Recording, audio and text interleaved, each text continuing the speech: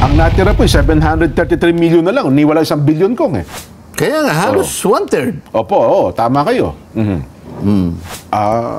Nako, May kaugnayan dyan sa tinatanong mo sa akin kanina. na, Pwede ba natin kamong i-discussion? ayun na nga po kong. O kung gusto ng ating mga kababayan i-discuss, Hindi bakit? kasi nasanay ang mga tao kong. In fairness, sa lahat ng vice president. Ito naman, Nelson, kay kalaban, kay hindi magkapartido yung dalawang leader ng ating bansa, usually naman talaga, maraming kababayan tayo humihingi din ng tulong sa tanggapan ng pangalawang Pangulo ko. Kaya, meron din siyang mga pondo na nilalaan sa kanya sa mga social funds, di po ba? Wag na yung office ng Vice President, Jen. Opo. Kami nga na members ng House of Representatives. Tama kayo. Hindi po namin tungkulin yung magbigay po kami ng ayuda. Meron pong nangyayari na ganyan kung ipadadaan sa amin yun. Pero kinakailangan po nating ipaliwanag, wala po sa gawain namin yun. Wala po yun sa sinumpaan namin. Ang sinumpaan po namin tungkulin, katawanin po namin kayo upang ang interes po ninyo ay palaging nadidinig at palaging napuproteksyonan. Kaya lang hindi mo sasabihin mo, halimbawa, pumunta ka sa isang nasalantang lugar dyan, Nelson. Opo. Alam mo naman binaha, halimbawa. Di nagpunta ka ng Marikina. May dala-dala kang isang kahon. Unang-una, tinitingnan yung kahon mo eh. Palagay ko. Isang kahon lang po. Ano kaya gustong patunayan itong Congressman Nelson Lubaw na to? Alam na niyang binaha tayo rito. Parang nakikita ko isang kahon lang. Opo. O magsisimula kang magsalita ngayon. Pinabuksan mo yung kahon. Ang laman nun ay yung mga panukalang batas na naisulong mo. Para wag humbuma, itong panukala ko. Ipinali. bago ka pa matapos mo yung baka wala ng tao eh. Disgrasya. Baka binato pa. Mga kababayan, may dala po akong kahon dito. Meron kayang maniniwala sa'yo? Hindi lang yung paniwala. Meron kayang makikinig sa'yo na nagpunta ka doon sa harap ng bagong pangyayari sa buhay nila na nakanganga sila, talagang walang-wala dahil sila'y nabaha. Ang pangunahin nilang inaasahan sa'yo, maghatid ka ng kahit anong may pantatawid nila sa buhay. Pero ang talagang gawain mo, Nelson, totoo naman eh. Kaya mo ginawa yon sapagkat ito po ang aking mga panukalang batas na ito po lahat ay para sa inyo. Bago mo pa matapos yung una pa lang, kasi ang dala-dala mo siguro mga 2,500 pieces of legislation, kaya isang kahon eh. Isa pa lang. Palagay ko wala ng taong makikinig sa'yo eh. Ano ang ibig ko sabihin ngayon? Pangkaraniwan na, aasahan ka ng kababayan natin, maging isa ka ring tulay namin. Tingnan mo din ang kalagayan namin. Kaya nga kung minsan, kinikilala na rin namin, sige ikaw, bigyan mo rin kami para tulungan ka namin na idaan sa at matulungan ka namin pagtulungan nating ibigay sa tao ang pangunahing pangangailangan. Pero kailangan nating ipaliwanag, hindi po yun ang aming pangunahing gawain. Ganon eh. Ngayon, ini-imagine ko pa lang kung natitindig isang congressman, yun ang sinasabi, natatawa na ako eh. Parang gusto ko hilahin, huwag kang tumuloy dyan. Mga kababayan, ang mangyayari baka ngayon kuyugin ka ng tao doon, pag gano'n. Magiging parang sitting duck. Kumbaga sa gera din. Alam na ng kalaban mo, wala ka ng bala eh. Tama po. Naghihintay ka lang, katapusan mo na kanya. Kasi, kabisado nila sa laki ng hayaan mo siyang magpaputok mauna. Bilang nila yung bala mo. Magkano ang binigay? 700 million? 733 million ang natira ko. Pang lang, pang sweldo. Pabili lamang ng pagkain. Wala na siyang pambili ng bala. Sa palagay mo ba? Palagay mo ba magtatagumpay yung opisina na yun sa kawalan mo ng bala? Tatawanan ka nung kalaban mo. So, paano ngayon yan? Ganun ba yung ganun ba yung layunin? Tandaan mo, Nelson, ang opisina niya ay pangalawang pinakamataas sa ating pamahalaan. Ganun ba ang pagtuturing mo? Na ganun na lang ang tingin ng tao sa kanya? Ganun ba yung gusto mong gawin? Baka maawa ang tao sa kanya. Nako, yun ang delikado. Ang mga Pilipino pa naman kong kapag ka-underdog, kinakaawaan, ay kukuha ng simpatya po yan. Paano gagawin mo? Talagang maawa sila dyan. Yan, oho. Kailangan ba niya sabihin sa tao, pasensya na po kayo? Totoo naman eh. Pero baka ang mangyari dyan, ang magpupuno ng pagkukulang na yon, mga tao na nag-aalala na baka maging kawawa ang kanyang figura sa pananaw ng taong bayan. So, maaaring gumawa sila ng parang, sige, mag-donate na lang tayo. Bigyan natin siya rin mula sa atin na tayo nang magkusang mag-donate para yung nawala sa kanya, punuon na lang natin. Ganun ang mangyayari siguro. Ay, nako. Anyway, kung siguro, doon sa part naman ng, siyempre, may mga tao din po na nagkukomento. Di ba dapat din naman talagang alamin natin kung saan nila ginugol ang mga pera, pondo ng taong bayan? Kasi perde naman ng taong bayan yan eh. Hindi ba karapatan din naman naming malaman kung saan niya po yung ginugol? Lalo pa nga, meron pong report na hawak sila ng particular na po ang Commission on Audit na lumilitaw na parang hindi nagastos ng tama yung pondo kong. Sana. Opo. Sana. Totoo naman yun eh. Sana kung ang layunin talaga'y ganun lang. Na talagang, halimbawa, pag sinagot mo ng ganun, Wala. huminto ka na doon sapagkat naipaliwanag niya na. Ayun. Ganun kaya ang magiging katapusan nito? Ayun nga. Nakikita mo eh. Ulit-ulit. Iba na yung iba na yung paraan. Hindi na yung magtatanong para malaman mo eh. Nagtatanong para magpahiya ka na eh. Madali namang kwentahin yun din. Tama. Bagay Ngayon, bago mangyari yun, meron tayong inaalagaan na tradisyon. Yun ang aking Yun ang aking gustong malaman sa mga kasama ko sapagkat sa tagal ko na sa Kamara din. Sinabi ko nga sa kanila eh. Ano ba yung point of entry ko rito sa House of Representatives? 2004. 2004. Yes po. 13th Congress. Ngayon, 19th Congress na tayo. Bilangin ninyo. Sa haba ng panahon na yan, ilang Vice President na yung nakita ko kung ang pag-uusapan ay yung pag-approve ng kanyang budget. Di ba? Ayan. Dumaan si Vice President Binay. Dumaan si Nolo de Castro. Si Leni Robredo. Palaging ganun eh. Pati Pangulo. Pangulong Duterte, Pangulong Pinoy, Pangulong Gloria Macapagal-Arroyo. Palaging ang sinasabi, pagka budget na ng presidente o pangalawang Pangulo, Your Honor, in line with the time-honored tradition of the House of according courtesy to the office of the President. Ganun eh. I move to terminate the consideration of the budget of the office of the President. Palakpakan na yun dyan. Alam mo ang basihan doon, alam mo yung batayan, yung kaukulang paggalang sa opisina ng dalawang pinakamataas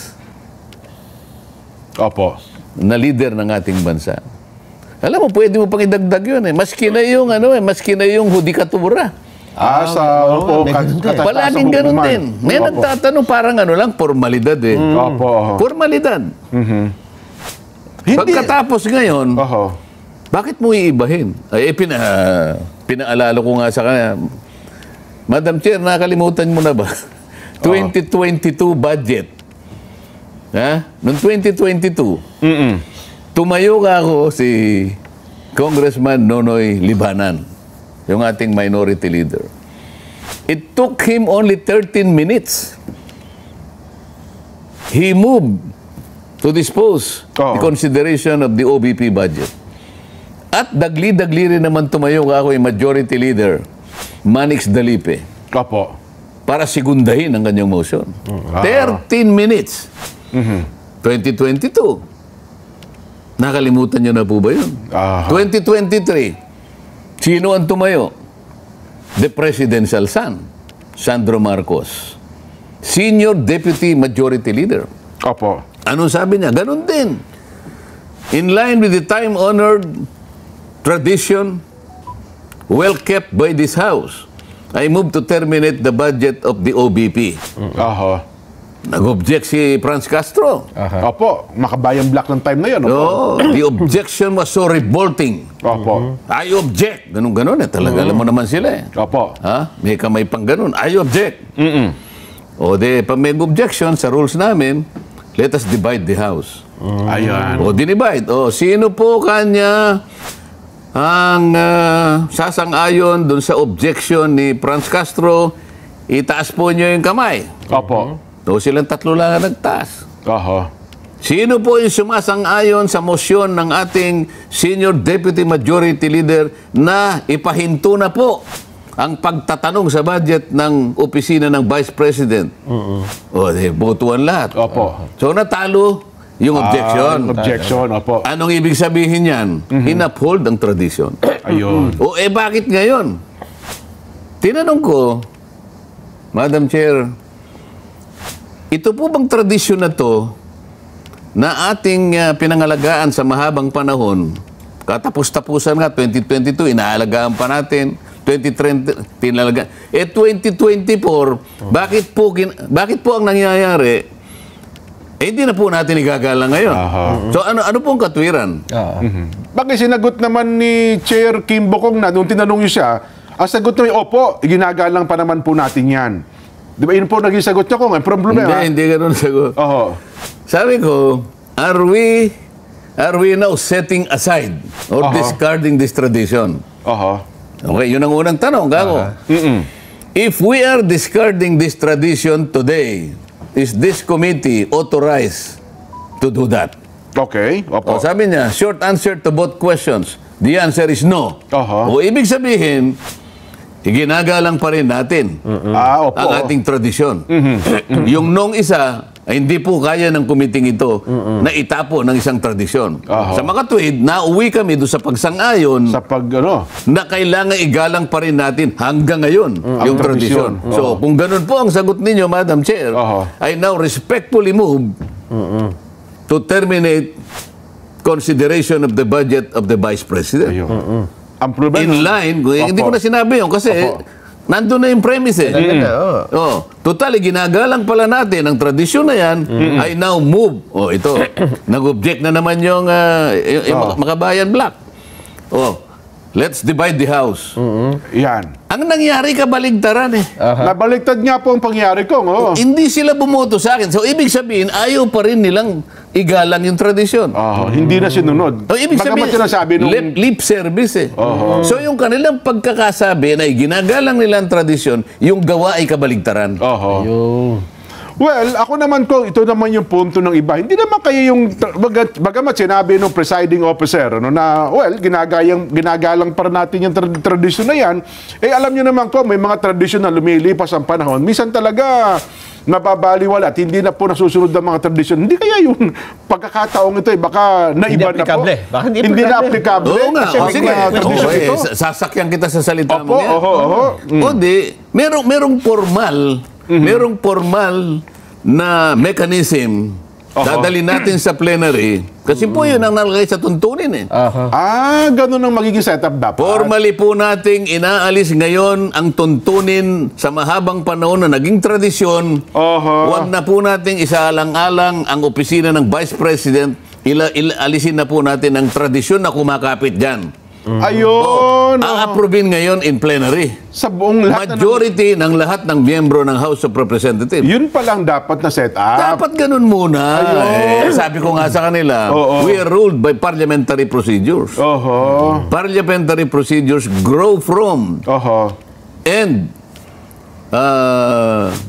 enriched by experiences, traditions, and precedents. Kinakailangan, dalhin mo muna sa plenary. Para sa aksyon ng nakararami. Ganon. Para sa ganon ay itapon mo na ang isang tradisyon. Ayun. Wala pa eh. Bakit inunahan mo yung tradisyon? So, dinamumuliti ka. So, dapat pala, kasi harapin natin ang katotohanan ko. May mga tradisyon noon pa man. Tayo bilang mga Pilipino, sa pagsapit ng panahon ito, mga tradisyon ngayon ay nababaliwala. Nakakapanghinayang, ano? Kasi maganda ang tradisyon Pilipino, pero sa makabagong panahon ay hindi na po nasusunod. Ngayon, dito sa pangyayari ito, kung yun pala, At ang tradisyon, kung gusto natin palitan, baguhin na nito. Ang kabuuan pala ng Kongreso dapat na magpasya. Nakasulat kasi sa tuntunin eh. Ayun! Kasi kung tinanong nila ko doon, dala-dala ko yung Opo. the rulings of the chair. Sabi niya, Opo, ipakikita ko sa kanila. In order to break that tradition, sabi niya, it has to be supported by the majority of the members of the House of Representatives. Ang ibig sabihin nun, plenary. Committee yung committee lang kami. Kaya ang tanong ko, ito bang committee ito? Merong otoridad para itapon yung sabi niya, no. Okay, kaya nga, natuwa ako ngayon. Kaya pala ganun ang sagot niya. So sa magawit, sumang-ayon pala sila ngayon. Kaya natuwa ako eh. If that is your answer, Madam Chair, I now respectfully move. Kasi ang alam ko, bumalik na kami sa tradisyon eh. Ibig sabihin, magpapasakop na sila, magpapatali na sila sa tradisyon, wala nang magtatanong. Tama? Tama. Di nag-move na ako. Objection kanila. Di natuwa naman ako. Alam ko, pag nag-object, kagaya din ang nangyari nung nakaraan, na wala yung objection na yun, hindi pinakinggan ng objection, ang pinakinggan yung motion pa rin. Alang-alang. Alang-alang sa pagsunod do sa tradisyon. O wala rin eh. Kung sabi ko, double standard. Yung sinasabi mo, taliwas sa ginawa mo. Well, ako nga, kasi kami ni Nelson, hindi po kami mambabatas, hindi namin alam yung rules na gano'n. Kasi kung ang pag-uusapan po ay tradisyon, kung ako si Congresswoman Sheila Kimbo, nung time na yun, baka sabihin kong, hindi na po natin susundin ng tradisyon na yan sa araw na ito. Kasi iba po ang sitwasyon ngayon, iba po ang sitwasyon noon. So, sasagutin ko lang. Sino ka?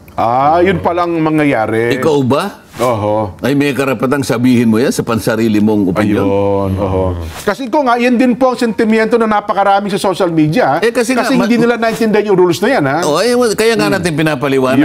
Tingnan mo, halimbawa, sa mga batas natin, may tinatawag na landmark decision. Landmark decision. Kaya sinasabing landmark decision, yung desisyon na yon, napakalaki ng naging epekto sa lipunan. Isang matibay na desisyon na ginawa ng Korte Suprema. Pero pagkatapos ng 30 taon, 50 taon, babaguhin yung landmark na yun eh. Pero merong isang desisyon na gagawin para baguhin yun. Isang panibagong landmark. Gagawin niya ngayon. We are reversing that landmark decision. Isa sa mga desisyon na yan, ibigyan natin ng paghalimbawa. Ayun, kaya pala. Merong mga naunang desisyon, siguro 30-40 years ago. Naalala mo yung isang relihiyon na kung tawagin ay saksi ni Jehovah. Ito, for purposes of discussion. Walang intensyong anuman. Walang intensyong anuman. Parang magliwanag sa atin kung paano pinapalitan. Dito, Korte Suprema na pinag-uusapan. Kayang palitan, pero gagawa ng panibagong ruling. Doon, mga siguro 1950s or what, ang nakalagay doon, kasi hindi sila sumasaludo sa bandila. Labag sa kanila yan. Labag sa kanila yan. Paniniwala nila. Flag racing. Meron silang sinisitas na talata. And sabi ng Korte Suprema, ganito yan eh. Yung hinihingi na paggalang ng ating saligang batas, hindi naman katapat ng sinasabi ninyong pagsamba. Hindi paggalang lang naman ang ibig sabihin. Ibig sabihin, sumaludo ka sapagkat Pilipino ka. Bahagi ng paggalang yun ang ruling noon. After 30-40 years, binago. Meron silang karapatan kasi tuntunin ng kanilang paniniwala. Sa makatwid na baligtad. Mas nanaig. Bakit ko sinasabi ito? May pagkakataon na baguhin yun. Ngayon, balik tayo sa tradisyon namin. Papayag ako, bakit hindi? Pero kinakailangan idaan lahat. Sa isang mekanismo, halimbawa, ang una kong gagawin, sige, total, gusto nyo magbago na lahat. Unahin na natin ang pagbabago dito sa mga komite. Meron tayong tradisyon dito, pagka magsisimula na yung interpellation, yung unang-unang magtatanong, palaging miyembro ng minority. Tradisyon nyo po talaga yan, totoo. Kahit na ikaw ang pinakahumuling dumating. Kahit hindi ka nagpalista. Basta't ang unang isipin mo, ikaw nakaupo ka ron alas 7:30 ng umaga. Pero hindi ka miyembro ng minority. Hindi. Majority si Nelson. Ikaw minority ka. Si Nelson majority. Kauna-una siya pero si Nelson dumating 7:30 ng umaga. 7:30. Nagpalista ka, 7:30. Si Jen, dumating 9:30. Miyembro ko ng minority. Kararating mo lang, minority ka. Mukhang magiging congressman tayo dyan. Okay? Siyempre, Kung tutuusin mo, dapat si Nelson ang mauna doon. siyempre, nauna ng 2 oras sa'yo Nauna ako eh. Pero dahil sa tradisyon, palaging ikaw. Ayun. Sasabihin ko ngayon, alisin na yan, ano na yan? Tradisyon yan. First come, first serve dapat. Kung sino yung nauna nagpalista, yun na lang. Dapat. Nakasalig yung kako sa tuntunin. At yan ang pinakamakatarungan. Bakit ako ba nagpapasa ako dyan kahit masakit ang loob ko? Kunwari, masakit ang loob mo, Nelson, di ba? Masasakit din naman ang loob mo talaga. Ano nga eh. Napapasa ako pa ko, sabi ni Nelson, kahit medyo naiinis ako. Sapagkat pumayag ako na magpatali sa tradisyon dahil member ako ng House of Representatives. Tama. Gusto nyo tanggalin na natin yan? Tanggalin na natin lahat yan. Kasi ngayon, actually, kung kahapon ng komentaryo namin, ang banggit namin, meron talagang mga tradisyon na hindi talaga akma ngayon. Well, kung ganyan pala ang rules ng Kongreso, Pala, gumawa sila na muna ng paraan. Paraan na para binago. maalis yung tradisyon na yan. Tingnan mo, halimbawa. Halimbawa, ikaw naman Jen. Congressman Jen Subarjaga. Nagpalista ka, nag-deliver ka ng privilege speech. Opo. Siyempre, may interpellation yan. Opo. Biglang nagpalista ito. I-interpellate ko yan. Kunyari, hindi kayo magkabalahibo, no? Opo. Kasi inupakan mo yung inupakan mo yung distrito niya. Siyempre, tatayo ito. Siyempre, Ngayon, ikaw naman, gagamitin mo yung tradisyon. Gagamitin mo yung tradisyon. Bigla kang umupo. Hindi ka na sasagot sa anumang katanungan. Hindi ka na mapipilit na tanungin ka pa ni Nelson. Ayun. Tradisyon yun eh. Pag umupo na, hindi na pwedeng pilitin patay. Yun ang unwritten rule. Ayun. Kapag umupo, yung pala taong mga ganung nag-deliver rules. ng privilege speech, Wala na kahit ano pang gawin mo, Wala na. kahit pumunta ka pa sa speaker, wala kang magagawa. Tradisyon yun. Hindi ako pinayagang magtanong sa So, kanya. nagkakaintindihan tayo siguro. Ngayon, Opo. sabi ng Vice President, tayo, ang pinag-usapan natin, level lang ng congressman. Di ba? Kung tutusin, sa tingin ko, mas mababa naman tayo kaysa sa Vice President. Okay. Sabi ng Vice President, Madam Chair, I forgo my opportunity to defend the budget of the office of the Vice President by question and answer, and instead, I will leave it. I will leave it to the House of Representatives to decide such a proposal as presented. Ayun. Ang ibig sabihin yan, parang umupo siya. Ayun nga. Ayaw ko na pong idepensa. Ayun nga. Hindi mo ba igagalang yun? Pati ba naman yun, hindi mo igagalang? Pangalawang Pangulo ng ating bansa. Sinabi niya, bahala na po kayo. Pati ba naman yun, hindi mo pa igagalang? Ayun. Kung yung umupo kung tutuusin mo may pagkabastos yun dyan. Bakit ka mo? Ni walang kasagot-sagot, biglang umupo pero hindi mo mapipilit na bumalik doon. Hoy, bumalik ka doon, may tatanong ako sa'yo. Nag-privilege speech ka, inupakan mo ako, tapos bigla kang uupo. Hindi ba kung tutuusin may pagkabastos yun? Mali nga naman yun. Kasi alam mong tatanungin ka niya. Opo. Medyo mahihirapan ka sa mga tanong niya dahil hindi naman kayo magkabalahibo Ang gagawin mo ngayon, uupo ka na lang na basta. At pagiti-ngiti ka pa. Ayun. Pagiti-ngiti ka pa Pag-ising-isi pa. Pero wala kang magagawa dahil tradisyon. Ayun. Ngayon, paano ngayon? Tanggalin na natin lahat ng mga tradisyon na yan? Dapat siguro, Kong. Kasi mukhang hindi na akma. Gaya ngayon. Ang komento nga namin kahapon sa isang simpleng tradisyon noon, na marami na pong tradisyon talaga na hindi na nasusunod sa kasalukuyan, Kong. Baka naman yung tradisyon sa Kamara na ginagawa nyo dati, baka kinakailangan na rin baguhin sa mga susunod pa. Pero merong formal na ceremony. Mayroon pa lang mga proseso. Madali naman gawin. Halimbawa, nagpulong-pulong kami. Sige, dahil sa mga huling mga pangyayari sa ating buhay, huwag na natin sigurong igalang ang opisina ng Pangulo at saka pangalawang Pangulo. Subject for questioning na rin dapat sila, di ba? Hindi ba? Hindi. Ganito, parang hindi na tama. Kunwari, ganun. Kailangan pagtatanungin na rin natin ang opisina ng Pangulo. Kasi sa mahabang panahon, hindi nga natin na itatanong. Halimbawa, nag-usap-usap kami. Huwag na nating isang alang-alang yung paggalang, yung kaukulang paggalang, pagtatanungin natin. Gagawa tayo ngayon ng isang ceremony sa plenary yan. Merong mag-move.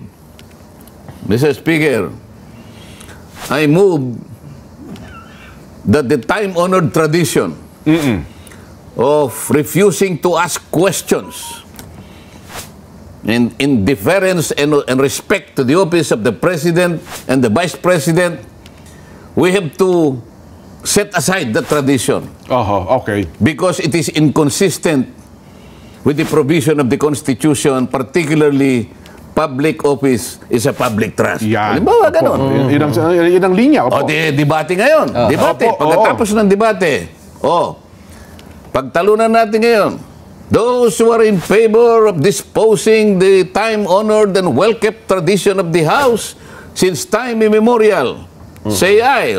Ay, ano. Ay. Mahina. Yung nay, ayaw ka. Walang mangyayari. Pero kung malakas yung ay, tapos ang tradisyon. Ayun. Hindi yun nandito lang kayo. Sino ba kayo dyan? Committee lang tayo. Kayo ba? Kayo ba ang kabuuan ng House of Representatives para hatulan ninyo kung ano yung mabuti sa atin? Well, ako ko nga, ang dapat din nating mapalutang dito, yung binanggit ninyo, wag natin tignan yung tao, kundi ang dapat natin tingnan ay yung tanggapan. Oo nga, kasi siminate, sabi nila. Siminate like. Sabi ko, you may not like, sabi ko din, you may not like the person occupying the office. You may not want her presence here. You may not want the kind of answers that she provides to you. Opo. But you have to respect the office of the Vice President. Yun ang dapat na lumutang sa bahay. Iba yung tao na nag-occupy, iba yung opisina. Yun ang hindi nila maintindihan eh. Yung Pangulo ng Pilipinas, si BBM. Opo. Kung ayaw mong igalang si BBM, bahala ka sa buhay mo. Pero yung opisina na yun. Bilang Pangulo ng bansa, yung tanggapan Pangulo ng bansa. Tama. Anong klase kang mamamayan, hindi mo igagalang ang opisina ng Pangulo? Opisina ng pangalawang Pangulo? Kaya nga sabi ko sa kanila, we are defined by the traditions that we proclaim and that we keep. We are supposed to be honorables. Why do you think you are supposed to be called honorables when you cannot even honor the traditions that we keep since time immemorial? Mabuti na lang, walang sumasagot. May sumasagot doon, parang kung sino-sino lang. Bubulong-bulong na lang po yung iba. Natabig ko pa yung isa. Umalis ka nga rito ako, hindi mo alam pinagsasabi mo. Seryosong pinag-uusapan doon, bigla na lang siyang papasok doon eh. Huwag ka naman papasok ng alanganin na gano'n. Mahalata ka naman na parang nag-aagaw atensyon ka lang. Kung saan nagkakagol, bigla kang papasok. Hindi, alam niya kasi close sa inyo. Barkada niyo naman yun. Alam ko naman yun. Kaya lang, kung minsan, yung pasok niya mali. Ayun, opo. Kasi ngayon, viral na rin kayo sa TikTok ko nga. Yung, kasi di ba, Sheminate, yung iba. Yung sa inyo naman, Yuminate. Yuminate. Opo, Yuminate. Yun ang viral. Kaya natutuwa din naman kami. Kahit pa ganun viral. Ay, nako. Anyway, Kong, napakarami nating di pangkaraniwan na nakasubaybay ngayon sa atin sa social media. Teka muna, napabayaan mo yung ating mga nakasubaybay na naghihintay sila ng tanong mo. Mas gusto nila makinig ngayon eh. Mas gusto nila atang pakinggan kung ano mga gusto nyo sabihin, Kong eh. Pero teka lang, bago lang tayo magtanong, kasi nga naman, ang report din naman ng COA kung ang pinagbabatayan, hindi ba dapat din namang ipaliwanag ng anumang tanggapan? Huwag na natin tingnan yung pangalawang Pangulo, yung mga report na nakita ng COA, Kong. So, mabuti. Mabuti na itanong mo yan. Kaya nga bumalik ako eh. Nung pagkatapos nung alingas-ngas ng umaga, na umabot ng halos katanghalian na yun eh. Opo. Nung may pahayag ko na yung aking sentimiento, bumalik ako sa opisina ko, medyo malayo-layo yung RBM kasi dyan eh. Opo. Kakain ako kasi hindi ako makakain sa meeting eh. So doon na ako kumain. Pero actually, konti lang ang kinain ko eh. Nandun pa rin kasi yung pagkainis eh. Pero kumain naman ako. Tapos, naalala ko na meron pang naiwan dun sa COA. Sabi ko, sige ka ako, balik tayo ron sapagkat naipalista ko yung pangalan ko. Mabuti din naman yun para sa ganon. Kasi nga, yung mga lahat ng tanong na gusto nilang itanong ay nakabase doon sa tinatawag na Intelligence and Confidential Funds. Yes po. Kaya ang pasimula ko doon sa COA, kung na-subject sa Notice of Disallowance yung intelligence funds ng Office of the Vice President. Opo, sabi niya. Pero ang gusto ko sanang mapansin ng mga kasama ko, ang kauna-unahang layunin ko doon para mapansin ng mga kasama ko eh. Opo. Pangalawa, yung nakikinig na taong bayan, Maunawaan din. din kung bakit ganun yung pagtatanong ko. So, nung tinanong ko siya, na-cover nga po ng notice of disallowance. So, tinanong ko, what is the nature of a notice of disallowance? Kaso hindi niya masyadong maunawaan. Ang gusto ko lang isagot niya, ang notice of disallowance hindi final. Opo. Ang notice of, halimbawa, kasi yung notice of disallowance, halimbawa yung ahensya mo din, Ayan. meron kasing mga parametro may mga standards kung paano mo gagamitin yung pondo. Pag nakita nila may konting lisya doon, o halimbawa, ano kasi yun irregular, ano yan IUEEU. 5 Mayroon pala. Yung I, irregular. Okay. Yung U, unnecessary. E, extravagant. Another E, excessive. Tapos ano yung U? Kako pa sa kanya unnecessary. Hindi, sinabi mo na yun unconscionable. Ay, opo. Yes po. So, ito yung minamarkahan. So, either irregular, excessive, unnecessary, unconscionable, blah, blah, blah, malalagay ka sa notice of disallowance. Ngayon, sabi ko, nasaan na ang estado niyang notice of disallowance? Ito pong notice of disallowance na ibigay na po namin sa management. Ibig sabihin, Office of the Vice President, sa opisina. noong August 24, 2024. So, kailan lang, di ba? Bago lang po. Meron po siyang 6 na buwan para sagutin ito. Isipin mo, 180 days. 6 months pala yan. Sa makatwid, Opo. yung Office of the Vice President, pwede siya sumagot hanggang Pebrero 2025. Hindi pa siya nag-submit ng sagot kasi meron pa siyang plaso na 6 na period pa. 6 na buwan. O ngayon sabi ko sa kanya, yun bang notice of disallowance contestable? Yes, sir. Ayan, oo naman. Yan bang kakong notice of disallowance appealable? Nagtalo pa kami sa kasi po yung appeal, alam ko na yung appeal. Pag appeal, kunyari, dito sa inyong unit, dinismiss nyo, mag-a-appeal siya sa commission proper, appeal ang tawag. Pero wag mo na natin ano yun kasi sa amin, hindi naman kami sa ulado yung mga terminology yung ginagawa sa amin, basta sagot, appeal, Appeal po tama naman. Alang-alang sa pagkaunawa lang na mabilis. Opo, kanya. Hindi siya pupunta sa COA proper kasi sa inyo hindi pa kayo nag-uumpisa Hinihintay mo nga yung sagot niya Doon pa. Anong gusto nating ipaliwanag doon, Nelson? Opo. Sasagutin ng opisina ng Vice President sang-ayon sa kanyang pagkakaunawa sa ginawa niya. Okay, sasabihin niya, hindi po dapat disallow dito.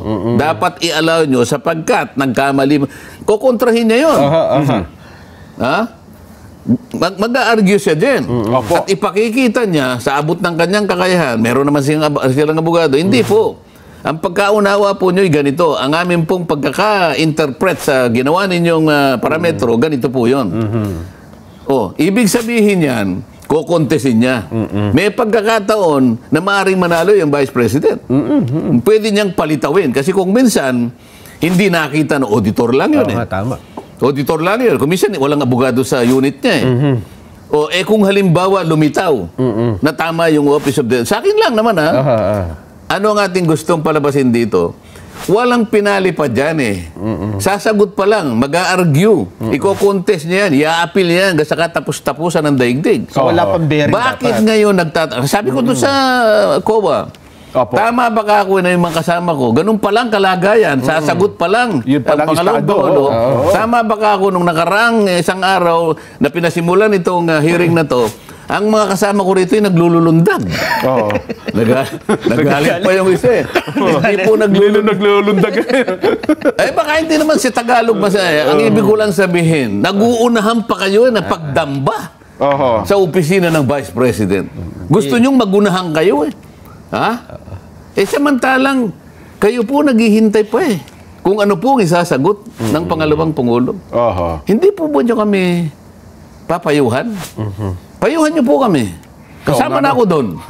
Payuhan nyo kami. Sabi niya, hindi daw... Kailangan ko bang magtatanong na ngayon o hindi? Because if I do that, I will be more popist than the Pope.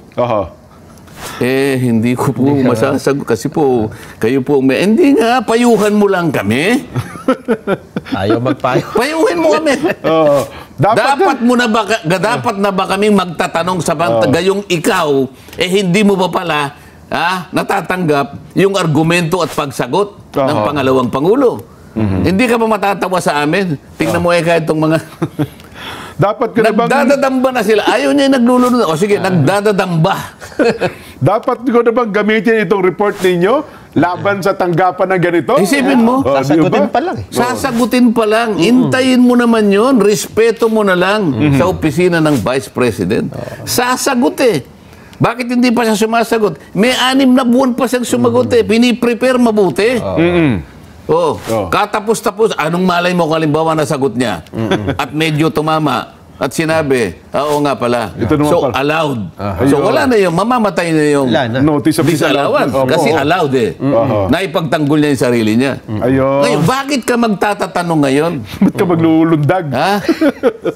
Hindi mo pa nga alam kung ano yung laman nito. Kasi alam mo, lata. Wala namang label. Akala mo ang laman sardinas. Nagtatatong ka na. Inaakala mo yung laman ay sardinas. Bagoong pala. Bakit maalat yung sardinas? Hindi mo nga alam kung sardinas. Nakuha mo ibig ko sabihin? Tama po. Kaya akong ginanon ang pagtatanong para lang maipadama ko sa aking mga kasama. Mga kasama, parehang masyado tayong adelentado. Kaya nga ako'y nagpakababa na rin, sabi ko doon sa Cuba. Payuhan mo nga kami. Pati ako isama mo na ron. Payuhan mo ako. Ayaw naman niya akong payuhan. Opo. Ay mukhang... ay, nako. Nung narinig ko nga yun, doon ako naunawaan mo, di ba? Yan ang sinasabi ko. Naunawaan ko eh. Sabi ko, ganun palang sitwasyon. Yun palang proseso. Kasi kung hindi kayo nagsalita, ang imahe dyan, merong katiwalian, merong... Parang pinagtatakpan. Na hindi sinasagot. Kasi nga meron ng notice eh. Paano kung halimbawa, humaba itong usapin na to? Halimbawa, nakaharap yung COA. Opo. Mr. COA Representative, Madam COA Representative, sino po ba sa amin dito sa kabuuan ng House of Representatives ang merong notice of disallowance? Nako, lahat po, malamang. Kaya sabihin niya, mawalang galong na po sa inyo, sir. Opo. 99% po meron kayong notice of disallowance. Lahat ng ano kaya? O paano ngayon? Yun ang malaki, totoong katotohanan kong. So nagtatanong ka tungkol sa disallowance na hindi pa sinasagot, samantalang ikaw ay meron din? Pati Makabayan Black ko, meron yan. Merong nakasulat sa Biblia. Ha? Huwag mong titingnan kanya. Yung muta nung kapatid mo. Ang tingnan mo ay nakahambalang sa sarili mong mata. Baka mas malaki pa yung yan. Oo, nakalagay pa ron eh. Totoo. Parang isang punong kahoy ang nakabara sa kanyang mata eh. Ano ibig niya sabihin? Umalis ka dyan sa likod ng puno na yan. Kasi natatakpan ka eh. Hindi mo nakikita yung katwiran eh. Lumabas ka dyan para makita mo yung totoo. Kasi medyo nababara yung paningin mo eh. Ayun. Ay, nako. Sabi ng ating mga followers kong, wag na tayong mag-box populi. Sapat na kami sa pahiliwanag ko. Hindi, pero kailangan natin ng confirmation. Siyempre po. Yung pinagdadaldal natin, pinagsasabi natin, kailangan natin makakuha ng confirmation sa kanila. Kung ano naman ang kanilang yung kanila namang sentimiento, kanilang opinion. Di ba?